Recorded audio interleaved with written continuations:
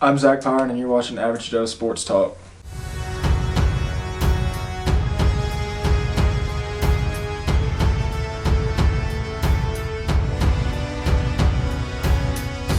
That's a bad white boy, man.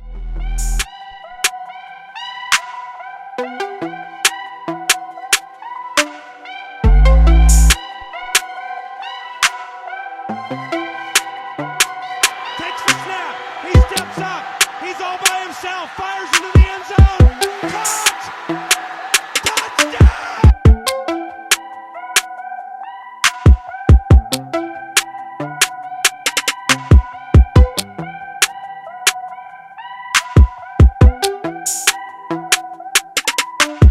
He gets away from the pressure. Fires to the end zone. It's caught! Touchdown!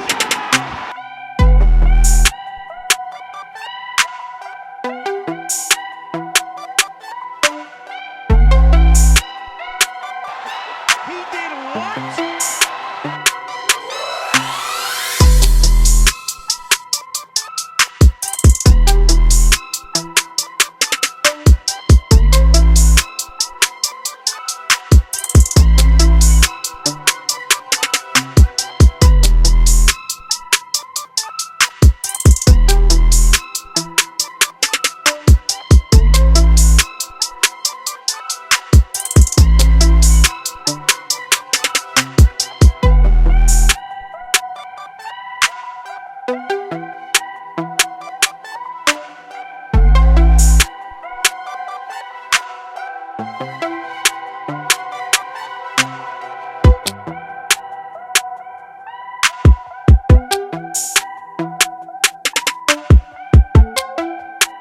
He's got something. He's got something. He's got it. He's got it. He's got it.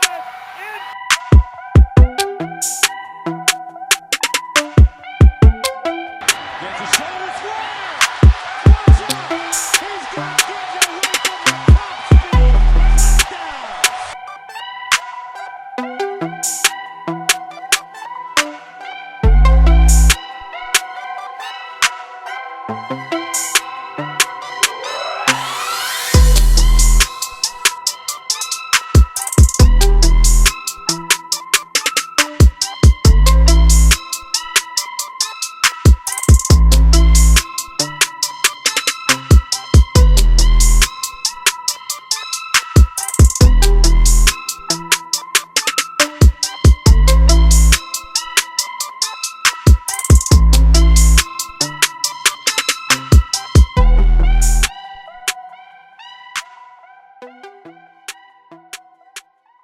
Zach Pyron, quarterback, Fyffe High School.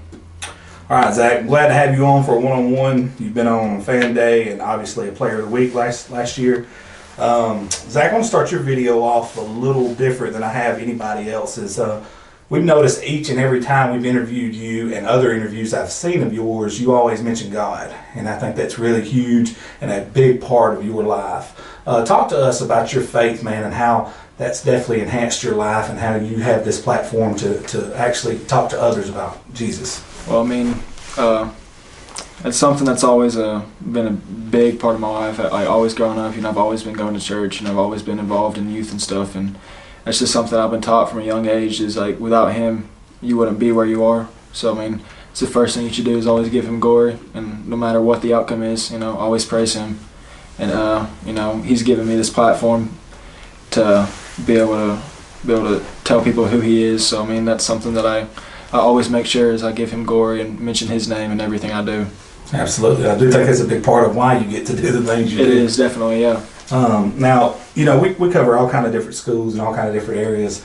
Something that we also noticed about you is you got a support system, man, from your mom and dad. Like we don't get to see, unfortunately, from all the kids. Talk about what they've meant for you in your career coming up, being there at games and practices, and through a lot of times, a lot of stuff behind the camera that people would never see or know, but they've always been there for you. Oh, they're so supportive. That's the biggest thing. And then they're always driving me to be better and to become better, become a better person and a better football player. And I work hard myself, but there's some points where you don't always work as hard as you should, and they're there to pick me up and be like, hey, you're not working as hard as you can, and they're always super supportive. You know, whatever I do, and if there's a camp, they'll drive me to it if it's far away and stuff. And you know, they just want what's best for me. Absolutely, man. Can you please talk to us from your perspective what it's been like coming up now in Fyffe since you've been at Fyffe, and how that's, you know, that community and how it's a little bit different than most places we've been to. Can you talk about that from your perspective? Oh, I mean, the community, they're super supportive too. You know, like whether you play a bad game or a good game, you know, you go somewhere the next day or the next week, and they're telling you it was a good game too, and they're always being supportive. You know, they're never gonna talk bad about you or anything, and you know, they know that it takes a lot to be a football player up here, and the players' parents, they know that, and they're okay with it, you know, because what makes us successful in the long run, and they're just so supportive in everything they do. You know, you don't find many places like this. Yeah, sometimes they try to burn the houses down. Talk about your first encounter you had with Paul Benefield, and when was that, and how was that? I think it was like when I first moved up here that summer. Paul Long, he's our preacher. He brought us up to the field house to talk to him, and I was kind of like, I've heard stories about you, you know, but the varsity was up there working out, and I talked to him for a few minutes. That was my first encounter with him. Were you a little bit nervous? Have you heard stories? Yeah, I've heard stories and stuff. Coach Benefield stories? Yeah. I love it. Now, have you always played quarterback, or? I think basically, yeah, pretty much all of my career playing football I have, yes sir. My question was, like, when did you start kind of developing those characteristics to be like a leader on the field? Because quarterbacks are not just another player. They have to get everybody lined up. There's so many things they got to do before the snap. When did that start kind of coming in, or has it always been there with you? I mean, it's always kind of been there, but I really haven't gotten to the point where I'm at now until a few years ago, you know. But I mean, I've always been a vocal leader, and led by example, but I think to the point now where being able to tell everybody what to do and stuff, it just goes along with you learning more about the game and learning more about every position. So over time, I think everybody improves on it. What do you think is the best characteristics of a good quarterback, in your opinion? You know, being able to lead the team is the best, you know, and you know, if it's a big game or something, you can't show your emotions as much. You know, you can't show that you're nervous. You know, because if you look nervous or you look like something's going to go wrong, you know, everybody's going to be like, well, I mean, the dude that's getting the ball every single play looks nervous, you know. So you got to kind of be calm, and you just got to look like, hey, we got to go, you know, let's do something. Now, speaking of like being nervous, and that's my next question actually, the transition you take, because you guys have an unbelievable defense. You start on that defense in the secondary. Yeah. And defense as a whole, in general, usually is an emotion-built base unit. You can actually play with a lot more emotion. How in the world do you flip around after a big stop on defense and then get calm, cool, and collected, get everybody lined up, and then go into being a field general? I mean, you just got to know that. I mean, that play was the last play, you know, so it's a new play every time, and you can't feed off of your last play.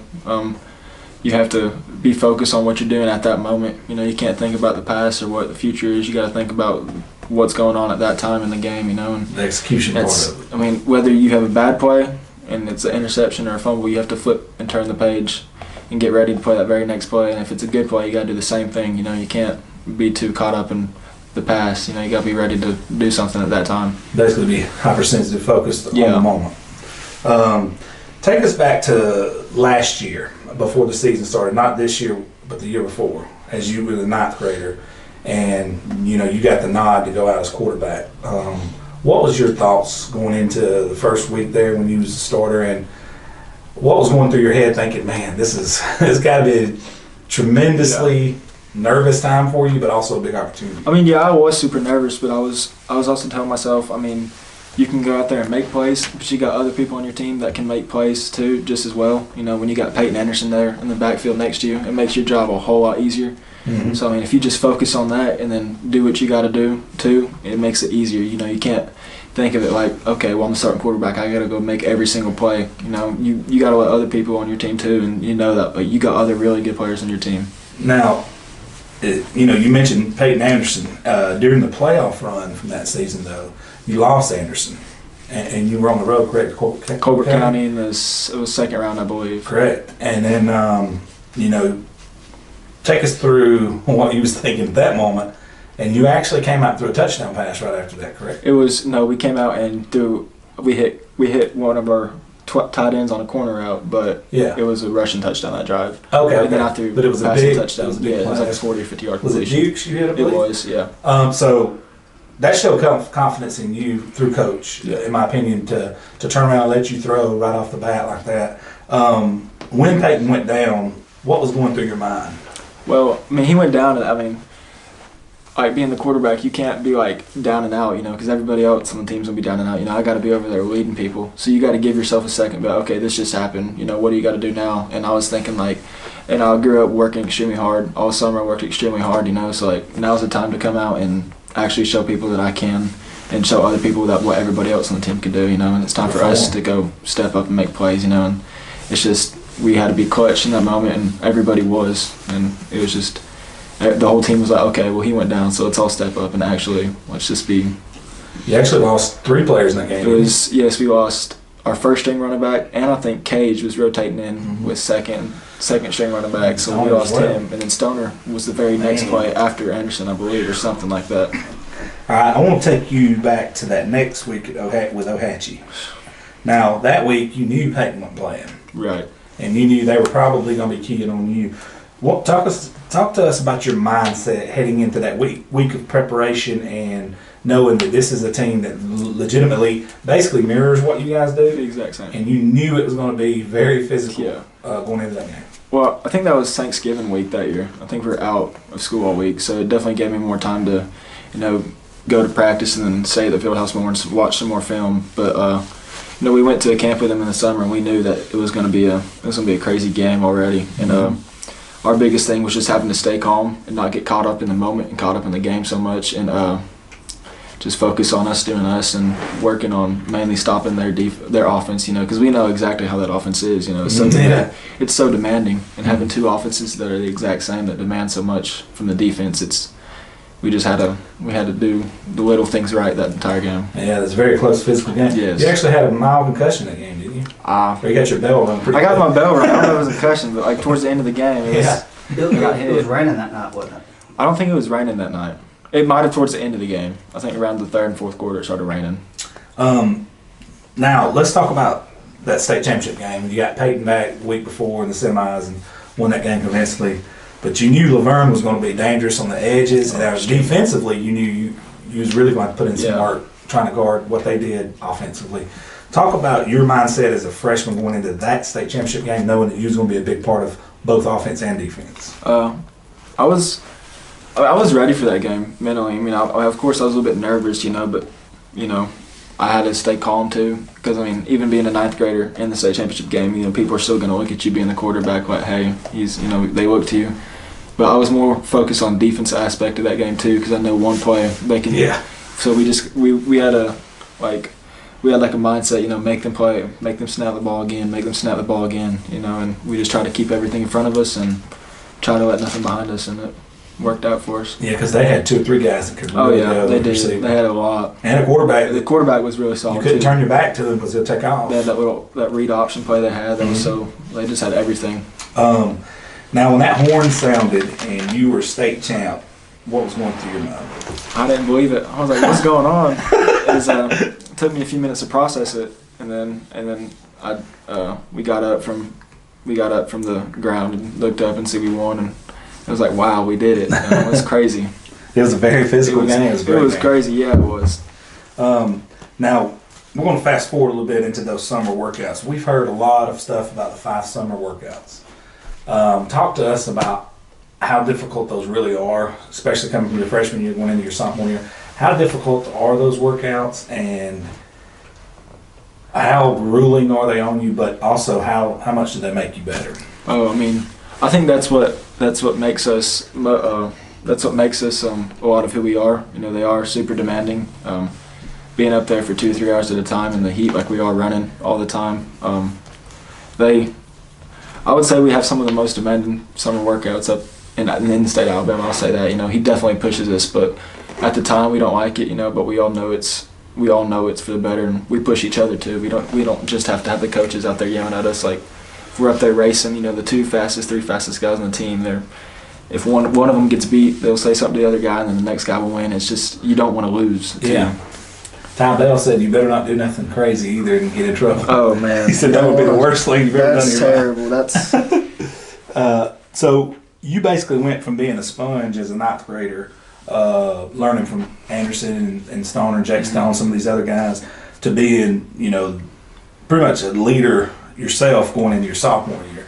Your role kind of changed a little bit. Not saying it wasn't important as a freshman, but you just kind of migrated into a leader as a sophomore.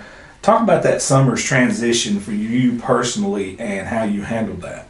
I had to work on the mental aspect of the game more than I ever have. You know, freshman year I was mainly working on like what I had to do and just some of what the team was having to do. But going into my 10th grade year, I was working on like what the whole line has to do and what the backs have to do, and like if they have a question, be like tell them, or the next play if we know that play is going to work in the game but something messed up, being able to see what they're doing and like be able to read a defense better too. Because like when coach asks me what I see and tell him, it'll help him too and what he's seeing. You know, so You basically had to be a coach on the field as well as. It's just I had to work on my mental side of the game too. As much as I worked on my body, I had to work on like mental aspects too.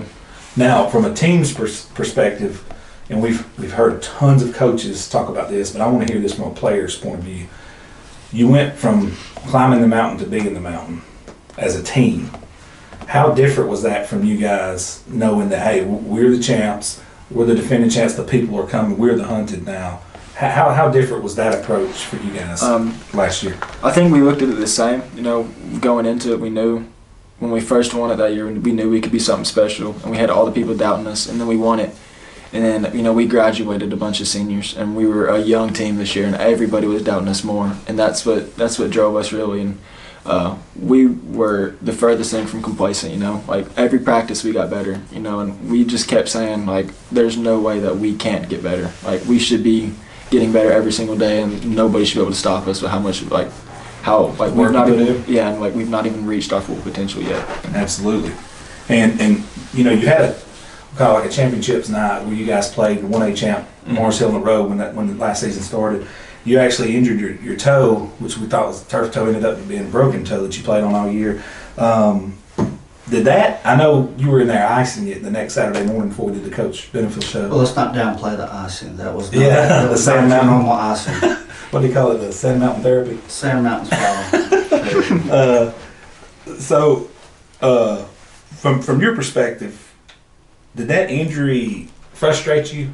Yeah, it frustrated me definitely. You know, I mean, I could feel it going in the summer. It's the fastest I've ever been, you know, and the best I felt. And then injuring it, and I don't necessarily know if I got a lot slower, you know, but I wasn't the fastest I was. And how many people knew the extent of the injury?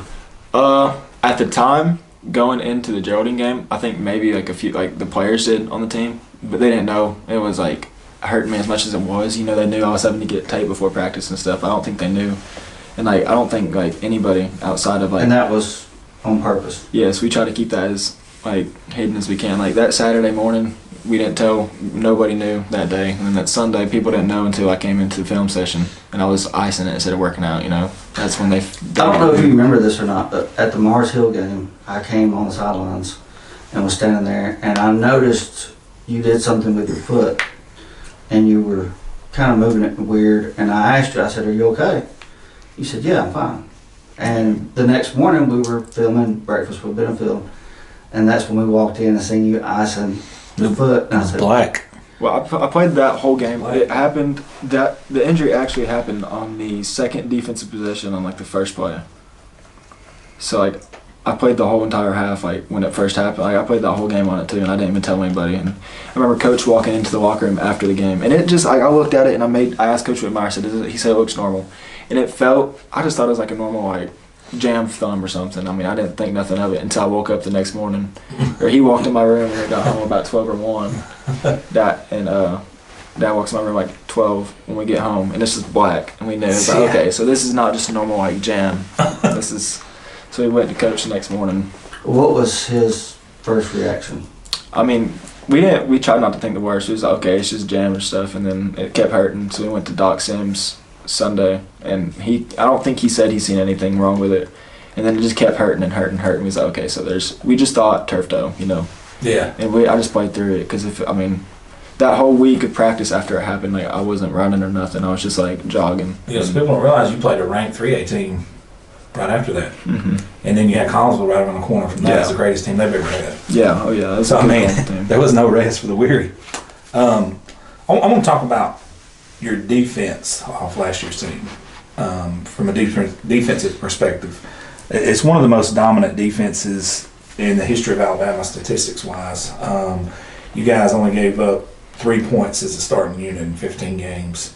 At what point of the season were you thinking, man, we're doing something special here? When we held Collinsville to 3 points. In that first game? That first game, because we knew going into that game, like this Collinsville team is legit, and it's gonna take a lot for us to keep them from scoring, you know. And we had that mindset, you know, no matter who it is, make them snap the ball one more time, you know, and that's something we took pride in, you know, is all the little things is what I thought made that defense great, was just focusing on the littlest aspects of the game and just paying so much attention to practice and stuff. And everybody watched film. That's the thing. Like, everybody was so bought in on the defensive side, like just breaking down the offense. It was crazy.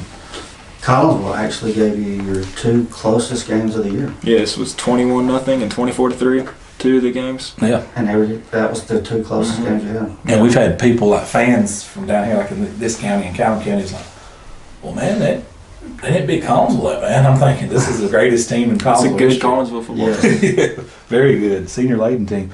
Now, going into last year, you knew your defense was going to be pretty solid. Mm-hmm. The question mark was going to be losing Peyton Anderson, because a lot of people on the outside looking in thought, okay, Peyton Anderson's gone, so now Fyffe's gone.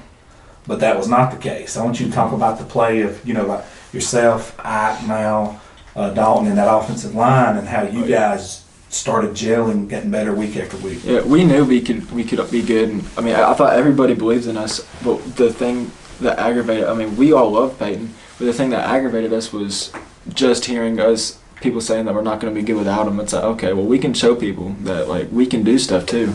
And I think that made the offensive line a little bit more mad than what they did. And when they all came together, I was like, look, y'all just hit the holes y'all are supposed to and get behind us. The rest will all fall. And that's what, you know, Ike through the year, he started tearing it up. He got better and better. Malachi learning to run, and then you get Kyle in there when it's second quarter, 5, and this is defense.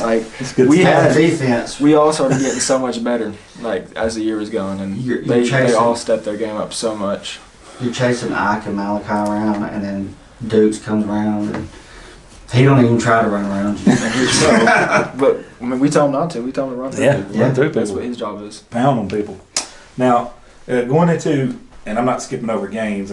You had a tremendous season, undefeated regular season, but going into the playoffs last year, you were able to host each and every round. Some due to some upsets and things like that. But what did that mean for you and that team overall to be able to play in front of your crowd each week in the playoffs? It's definitely more like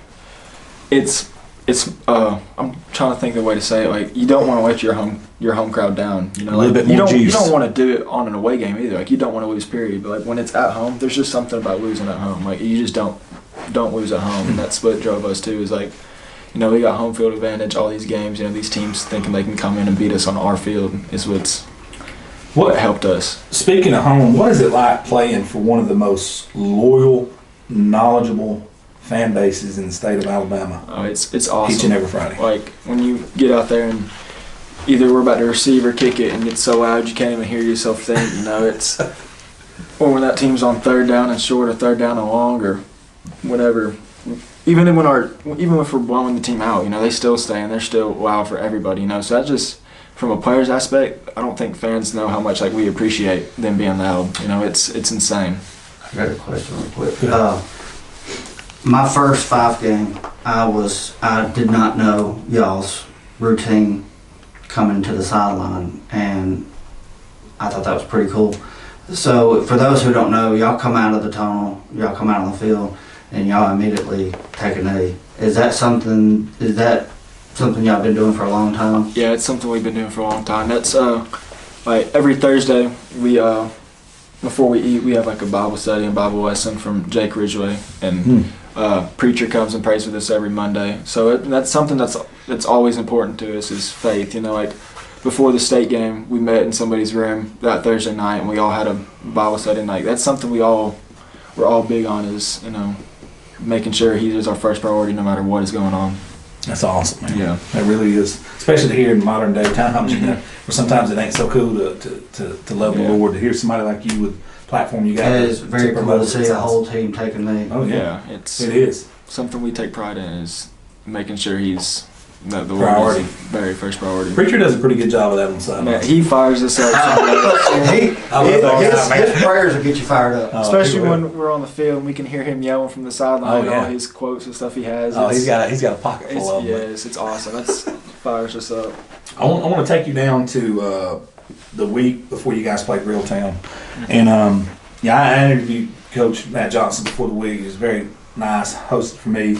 But throughout the week, there was a lot of talk on other media outlets and things where you guys were being told that you wasn't fast enough, that you guys probably couldn't compete with them, and some of their fans got involved and stuff like that. But what did that do, and how did that make you guys feel, getting to see that and hear that from other media outlets? I mean, we'll see it and we'll show each other it, and it will all fire us up. But we also try to stay away from it at the same time, you know, because if we You focus, don't engage in it. like if we focus so much on what other people are saying and not what we think we can do or whatever, it will mess you up mentally. So like we'll like send it to each other and like, hey, look what they're saying. Like, okay, we'll look at it for 5 minutes and we'll turn it off. But okay, let's go. Back to business. Work. Yeah, let's go to work. And I mean, it definitely fires us up, and that's something that you don't want to do, is fire us up even more than what we already are, and Yeah. make us want to like win more. And that's something that will definitely. But we try not to pay much attention to it. I like that.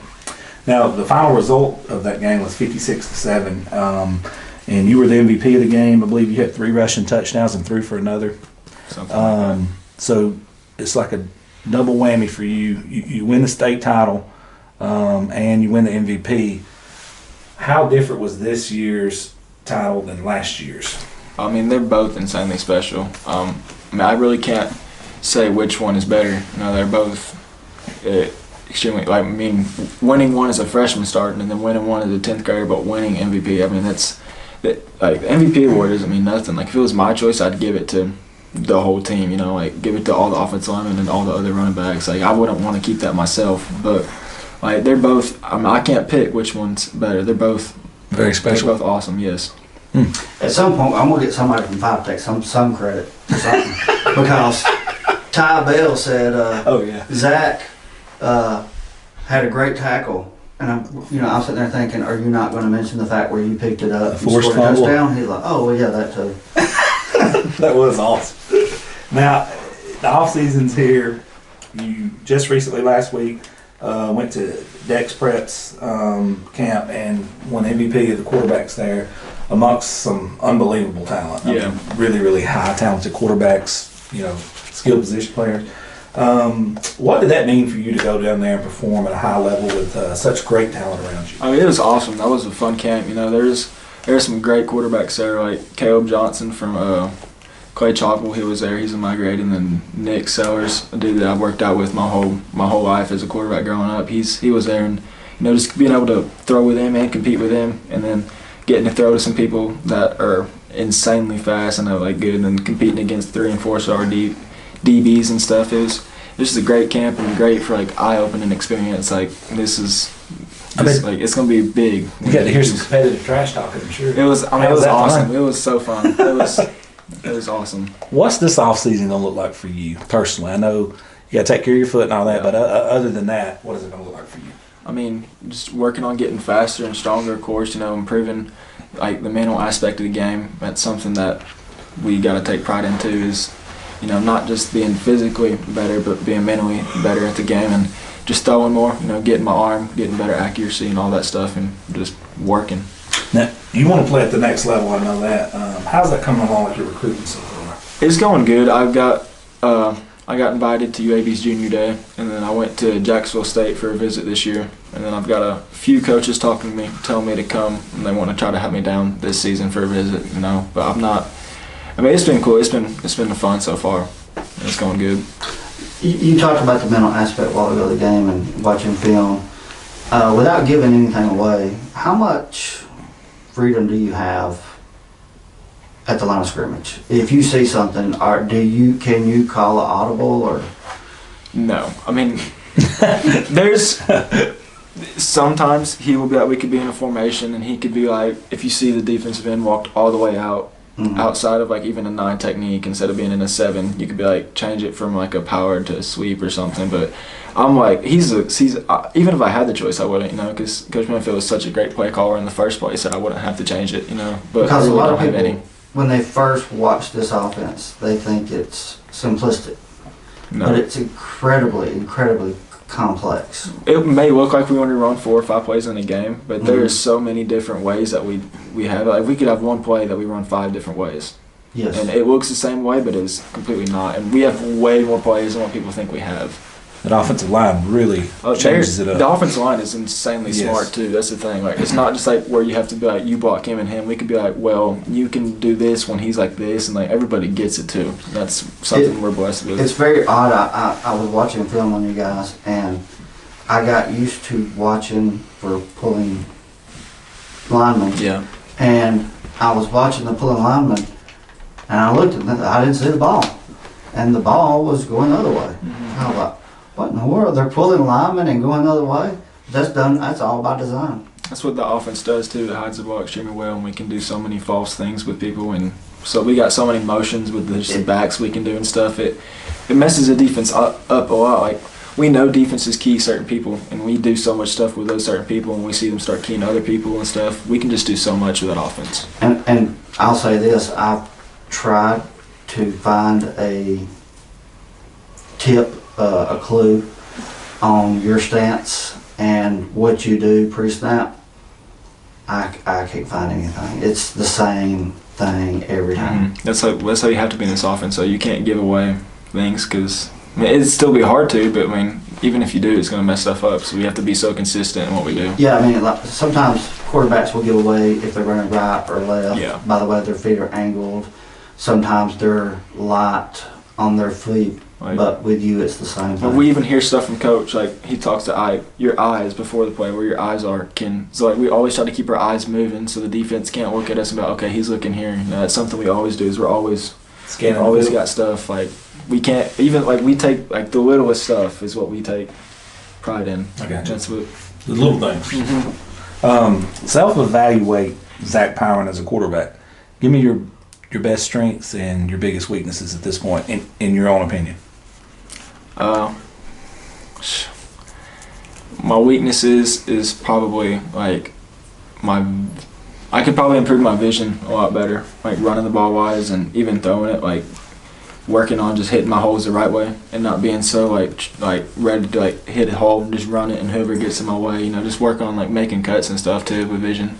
And then I guess the strength could be I guess knowing before the play, like being able to make like pre-snap reads and stuff, and like knowing like if this guy's lined up in a certain way that this hole's gonna be here or a little bit wider here, and just being able to do stuff like that.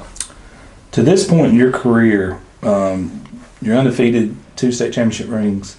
What can you do, in your opinion, to take your game to the next level? There's so much I can do. I could my arm and my throws and stuff could be so much better. The way I throw, my accuracy, and then my feet from a footwork aspect. That's not even there. I could get that so much better, and then mentally, I have so much more from the game to learn just mentally that I'll learn from Coach and then learn myself. I can't even think of how much more stuff I can do because there's so much more stuff. I'm nowhere near where I need to be. Next season, you're going to be a junior. What should we expect from Zach at quarterback as a junior next year? To be even more of a leader than I was this year, and being able to see the field better than what I was, and not necessarily make more plays, but not have as many negative plays, and take better care of the ball. It's another thing too, and just focus on stuff like that. Yeah, we seen the fumble at Collinsville down by the goal line. Yeah, it wasn't good. That wasn't good. From my point of view on the sidelines, it wasn't that fun. It wasn't not fun at all. The only thing you can honestly control as a football player, or in any sport that is your attitude and your effort, Yes. which directly affects everything else around you. How can Zach improve on both of those and keep making this team and himself move forward?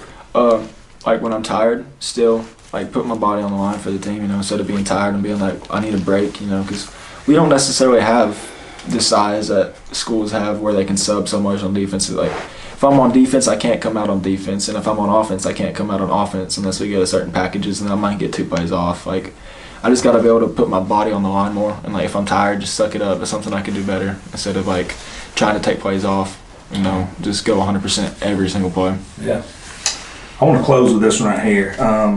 What would you like to say to Coach Benefield and his staff, your mom and dad, and your brother, and the fans of Fyffe? How would you like to thank them, or what would you like to say to them for supporting you at such a young age to get you where you are now? I just like to say thank you for driving me and pushing me to the point I'm at now and not letting up, you know, never letting me get complacent with what I am, and just teaching me the life lessons. You know, that's the biggest thing outside, bigger than football, bigger than everything, is what I need to learn outside of football, because, you know, football is not forever. It's not even guaranteed to me even get to play another play this year. So, I mean, it's just the life lessons that they teach me is the biggest thing, what I'm most grateful for. Well, Zach, it's been a pleasure sitting in with us, brother. Yes, sir. Thank you. Thank you so much.